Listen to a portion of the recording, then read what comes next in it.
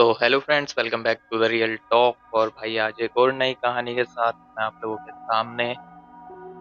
भाई ये जो स्टोरी है दिल्ली की, ये स्टोरी रहने वाली है और मेरे ही पड़ोस की ये स्टोरी है। मेरा एक दोस्त है दिलीप, जिसने स्टोरी मेरे साथ शेयर की है। तो जैसा कि आप लोगों ने सुना होगा कि भाई जिन करके एक एंटिटी होती है। मोहम्मडन्स जो मेरे भाई हैं वो इस स्टोरी को समझ सकते हैं कि भाई जिन जिन्नात चीज भी यहाँ पे इस दुनिया में एग्जिस्ट करती हैं। जिन्नात का जो बताया जाता है कुछ ऐसा है कि अगर वो आपसे खुश हो जाता है तो भाई आपको रातों रात वो माला माल कर सकता है। कुछ भी चीज आप उससे मांग सकते हो, आपको ला के देगा। लेकिन वहीं अगर वो आपसे भाई नाराज हो जाता है किसी चीज पे, तो उसे एक सेकंड नहीं लगेंगे आपको बर्बाद करने के लिए। और ये जो चीजें हैं भाई जल्दी से पीछा भी नहीं छोड़ती हैं। बहुत मुश्किल है इन चीजों से पीछा छुड़वाना। तो स्टोरी यहाँ से मैं आपको पूरी स्टार्ट करता हूँ। दिलीप जो मेरा दोस्त है उसने स्टोरी मेरे साथ शेयर की है कि भाई उनके घर में क्या हुआ था कि उन्होंने अपना घर खरीदा था। अब ये जो घर है उन्होंने खरीदा था बना बनाया, मतलब पहले वहाँ पे कोई रहता था, लेकिन वो किसी वजह से उस घर को बेच के चला गया। कुछ भी रीजन रहा होगा, किसी को नहीं पता, बस वो एकदम से उस घर को बेच के चले गए थे और इन लोगों ने ये मकान लिया था। तो इनके घर में क्या है भाई, जो इनके बड़े लोग थे, इनकी जो मम्मी थी पापा थे, वो पूजा पाठ में बहुत ज़्यादा ध्यान देते थे। घर में ना ही नॉन वेज अलाउ था इनके, ना ही कुछ और अलाउ था, ड्रिंक वगैरह कुछ भी अलाउ नहीं था इनके घर में। अब इनका डेली रूटीन यही होता था। जो इनके पिताजी थे वो परचून की दुकान चलाते थे और जो दिलीप हैं ये भाई एक प्राइवेट जॉब करते थे। इनका एक भाई था वो भी प्राइवेट जॉब करता था। इनका जो बड़ा भाई है वो शादीशुदा था और इनकी अभी मैरिज हुई नहीं थी। और जो माता जी हैं वो अपने नॉर्मल घर में ही रहती थी, कुछ टाइम बाहर जाके बैठ जाती थी अपने सहेलियों के साथ बात करने के लिए, जैसे बड़े बुजुर्ग बैठते हैं। तो इन्होंने बताया कि जब इन्होंने ये मकान लिया था नॉर्मल सब कुछ चल रहा था, 3-4 महीने सब कुछ नॉर्मल चला। लेकिन इन्हें कहीं न कहीं कुछ अजीब-सी फीलिंग रहती थी इस घर में, जैसे कोई इन्हें देख रहा है या कोई खड़ा है कहीं पे। मतलब अजीब-सा इस तरह का भय इनके दिमाग में हमेशा बैठा रहता था। अब कुछ समय बाद क्या हुआ भाई कि ये लोग जैसे पूजा-पाठ वगैरह सब कुछ करते थे, नॉन-वेज इनके घर में अलाउ था नहीं, जैसा मैंने आपको बताया। कुछ टाइम बाद इनके साथ जो अजीब घटनाएँ घटने लगी, भाई जब ये लोग सुबह उठते थे तो जिस रूम में इन्होंने मंदिर बनाया हुआ था, वहाँ पे एक संदूक थी। संदूक के नीचे पहले दिन इन्हें वहाँ पे चिकन रखा हुआ मिला। अब भाई इन लोगों का एकदम से दिमाग खराब हो गया कि मंदिर वाले रूम में चिकन कहाँ से आ गया। खैर उस चीज़ को इन्होंने अनदेखा करा कि हो सकता है रात को बिल्ली वगैरह कहीं से ले आई होगी। उसको इन्होंने पड़ोस में से बुलाया किसी को और उनसे उठवा के और बाहर फेंकवा दिया, क्योंकि ये लोग हाथ तक लगाना पसंद नहीं करते थे इन चीज़ों पे। अब कुछ दिनों बाद फिर दोबारा इनके वहाँ पे अंडे पड़े हुए मिले, फूटे हुए। अब ये लोग फिर परेशान कि ये मतलब क्या हो रहा है, कुछ समझ में नहीं आ रहा। इन्होंने जैसे-तैसे करके उस दिन भी सफाई करवाई काम वाली से अपने, और सब कुछ नॉर्मली चलने लगा फिर दोबारा। लेकिन कुछ टाइम बाद फिर दोबारा वहीं पे कुछ चिकन वगैरह, अंडे वगैरह पड़े हुए मिले। उन्होंने भाई अब परेशान आ चुके थे ये लोग कि जहाँ पे ये लोग पूजा पाठ करते हैं उसी रूम में ये सब कुछ मिल रहा है। अब ये लोग थोड़ा परेशान हो चुके थे, हो सकता है भाई कोई शैतानी कर रहा हो किसी तरह की या कुछ कर रहा हो। तो इन्होंने अपने ऊपर का गेट वगैरह ये अपना बंद रखने लग गए। मेन गेट तो इनका बंद हो ही जाता था, जो जीने का गेट था वहाँ पे भी ये लॉक लगा के रखने लग गए कि हो सकता है कोई बदमाशी कर रहा हो भाई ऊपर से रात को आके और ये सब काम कर रहा हो। कुछ भी हो सकता है, इन्होंने उस टाइम इतना ध्यान नहीं दिया और इनके भी दिमाग में नहीं आया कि ऐसा कुछ हो सकता है। अब भाई कुछ टाइम बीता लेकिन फिर दोबारा वही चीजें सब होने लगी और इनके घर में कलेश रहने लगे, एक दूसरे से लड़ाइयाँ होने लगी बेवजह की। जबकि दिलीप और इनका जो बड़ा भाई था, इन दोनों के बीच में बहुत ही ज़्यादा प्यार था, कि इतना प्यार था कि अगर कोई एक किसी को कुछ बोल रहा है, तो भाई उसके लिए ये किसी से भी लड़ जाते थे। मतलब इन दोनों भाइयों में बहुत ही ज़्यादा प्यार था। इनको सहन नहीं होता था कि कोई किसी को कुछ बोल दे। अब कुछ टाइम बाद इन दोनों भाइयों में लड़ाई होने लग गई। इनकी जो मम्मी थी वो बीमार रहने लग गई, इनके पिताजी भी बीमार रहने लग गए, और जो मेन पूजा पाठ करते थे वही दोनों करते थे, जो उनकी मम्मी और पापा थे, मेन वही पूजा पाठ करते थे। पूजा पाठ भी धीरे धीरे छूटती चली गई। अब इन लोगों के दिमाग में ये सब चीजें खटकने लगी कि जब से ये घर लिया है, भाई स्टार्टिंग में ऐसी फीलिंग्स आती थी, उसके बाद ये सब हुआ कि चिकन मिलने लगा, अंडे मिलने लगे, और आपस में लड़ाइयाँ रहने लग गई। तो इनके पिताजी ने बोला कि किसी को बुलाओ घर में और भाई ये चीजें दिखाओ, क्योंकि ये चीजें कुछ ठीक नहीं लग रही हैं, कुछ तो है इस घर में। और जो उस टाइम उनकी हालत थी भाई, सारे पैसे वो अपने इस घर में लगा चुके थे, इस घर को छोड़ के कहीं जा भी नहीं सकते थे। और जो आपको पता ही है कि प्रॉपर्टी लेना बहुत ही मुश्किल है आज की डेट में इस तरीके से। तो भाई ये सब कुछ चला, उसके बाद उन्होंने कहीं से पता करा कि अच्छे से बाबा का, और उनको घर में लेके आए ये। अब जैसे ही वो इनकी चौखट पे पहुंचे, एकदम से वो वहीं पे रुक गए और बोले, ये मकान तुमने कब लिया है? वो बोले, ये मकान तो अभी हमें 5-6 महीने ही हुए हैं मकान लिए हुए। तो भाई वो थोड़ा अजीब सा शक्ल बना के अंदर आए, बैठे वहाँ पे। उसके बाद दिलीप जी ने बताया कि हमने उन्हें चाय पानी ऑफर किया, तो उन्होंने वो भी लेने से मना कर दिया, और बोले कि मेरे को ये पूरा घर देखना है एक बार, मेरे को एक एक कमरा यहाँ का देखना है, तो मेरे को ये दिखाओ सब चीजें। तो दिलीप जी लेके गए उन पंडित जी को, और भाई पूरे घर में वो घूमे ऊपर से लेके नीचे तक।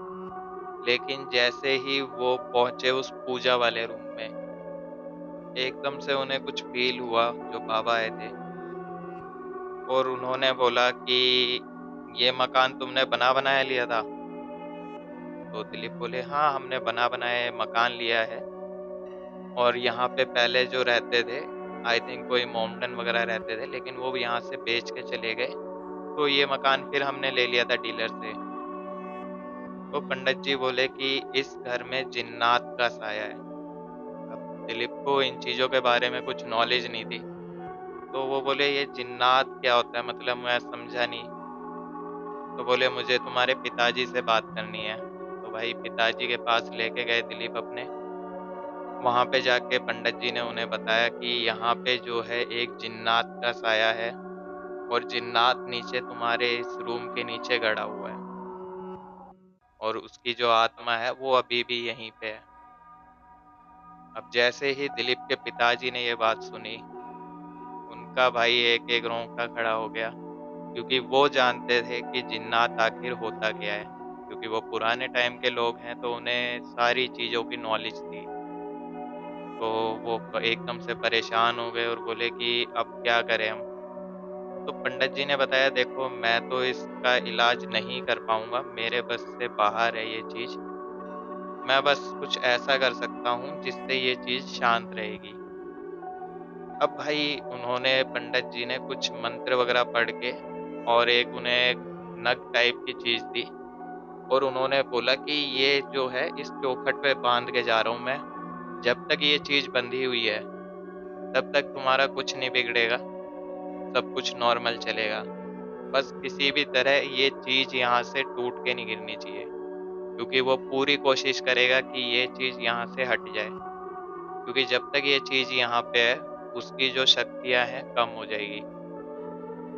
तो उन्होंने बोला, ठीक है जब तक चलता है देखते हैं, लेकिन इसका कुछ इलाज तो हमें कराना ही पड़ेगा। पंडित जी बोले, देखिए मेरे बस की ये बात नहीं है, मैं ये चीज़ें नहीं कर पाऊँगा, इसके लिए कोई सिद्ध तांत्रिक वगैरह जो है वो आपको ढूँढने होंगे, वही इस चीज़ पे काबू कर सकते हैं। अब भाई पंडित जी तो अपनी तरफ से जो वो कर सकते थे वहाँ पे करके चले गए।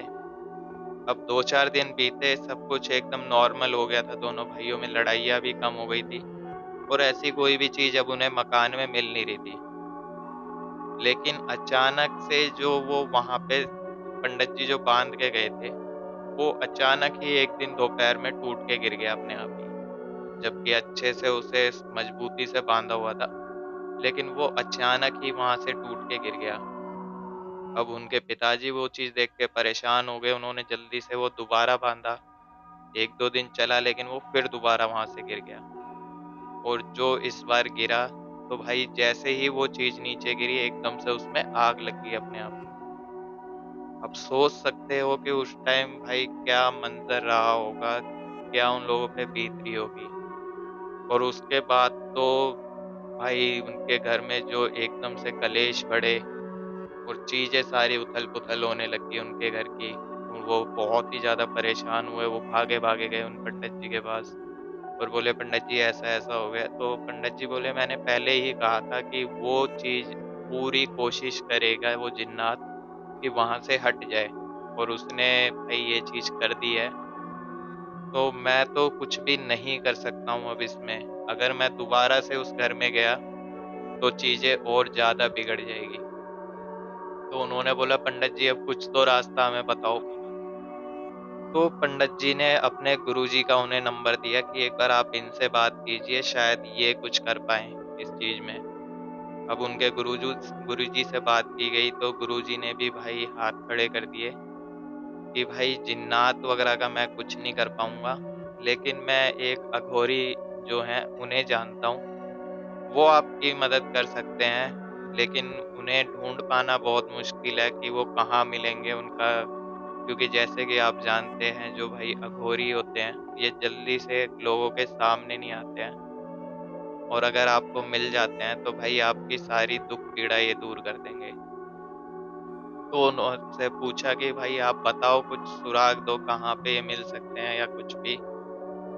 तो उन्होंने बोला कि अगर आपको ये मिल सकते हैं तो यमुना घाट पे ये रात को कई बार देखे गए हैं। वहीं पे ये अपनी तपस्या वगैरह करते हैं।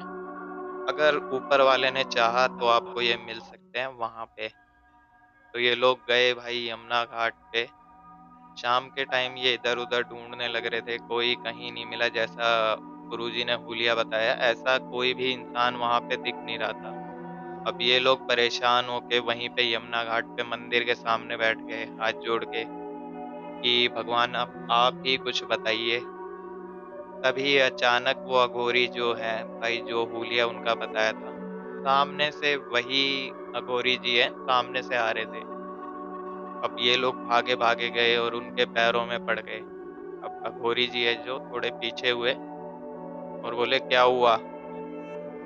तुम मुझे ही ढूँढ रहे थे? तो इन्होंने बताया हाँ गौरी जी हम आपको ही ढूँढने यहाँ पे आए थे। बोले मुझे पता है तुम बहुत परेशानी में हो और मैं तुम्हारी मदद करूँगा।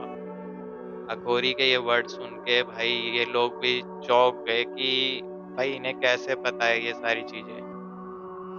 अब अघोरी जी बोले कि मैं देखिए यहाँ से जाना तो मेरा मुश्किल है, लेकिन एक चीज़ हो सकती है अपने घर की मिट्टी थोड़ी-सी उठा लाओ और मैं उसी से देख के बता दूँगा कि आपका क्या हो सकता है इस समय। अब भाई अघोरी जी यहाँ पे बैठ गए, उन्हें अघोरी जी ने समय दे दिया कि कल रात इसी टाइम मैं यहाँ पे तुम्हें मिलूँगा। तकरीबन 7 से 8 बज रहे थे वहाँ पे।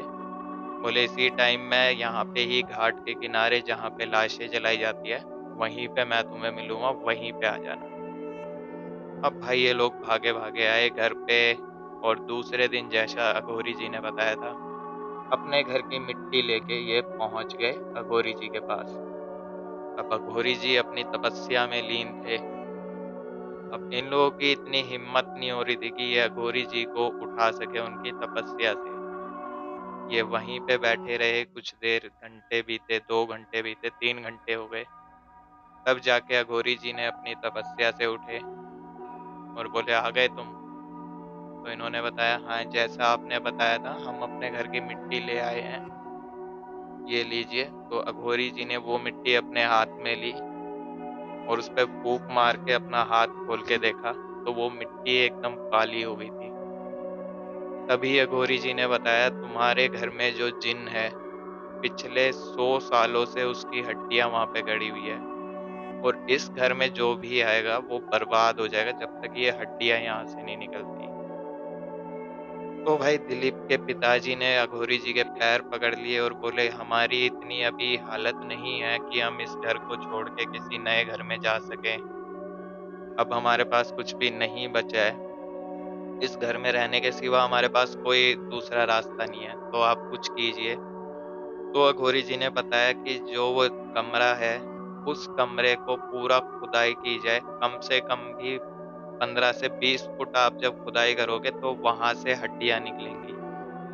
और उन हड्डियों को आपको लेके और कहीं दूर जंगल में जाके उन हड्डियों को दबाना है, और वहाँ की जितनी भी मिट्टी निकलेगी, वो सारी मिट्टी भी आपको कहीं दूर फेंकवा देनी है जहाँ पे किसी का पैर ना लगे। अब ये लोग वहाँ से आए, दूसरे ही दिन इन्होंने भाई क्रेन वगैरह जो बुलाई और जेसीबी वगैरह, और वहाँ पे खुदाई चालू करवा दी, दीवार तोड़ी और वहाँ की खुदाई पूरी चालू करवाई। अब खुदाई करते-करते जैसा कि अघोरी ने बताया था, 15 से 20 फुट की गहराई में इन्हें हड्डियाँ मिली, और हड्डी भी किसी नॉर्मल इंसान की नहीं लग रही थी। काफ़ी बड़े साइज़ की वो हड्डियाँ थी। जैसे ऐसा लग रहा था कि कम से कम भी कोई 16-17 फीट का इंसान रहा हो जिसकी वो हड्डियाँ हों। तो वहाँ से उन हड्डियों को निकलवाया गया, और निकलवाने के बाद एक 2-3 बोरों में उन हड्डियों को भर के, और वहाँ से जितनी भी मिट्टी निकली, उन्हें ट्रकों में भर के वहाँ से निकाला गया, और दूर जाके एक जंगली एरिया में वो चीज़ें सारी गाड़ी गई और वहाँ की मिट्टी बाहर फेंकी गई। उसके बाद वहाँ पे पहले पूजा पाठ कराया गया, शुद्धि पाठ कराया गया।